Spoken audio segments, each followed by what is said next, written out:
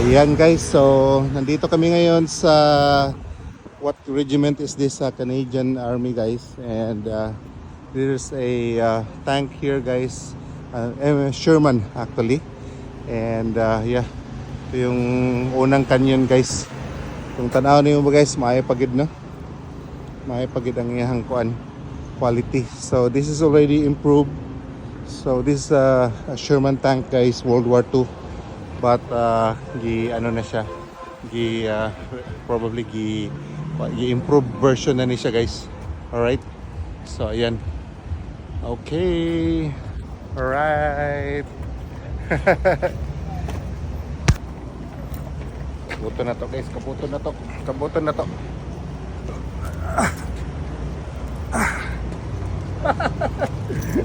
Ayan, kaya ni Hans. Alright, that's the M1 Sherman tanks guys. Okay.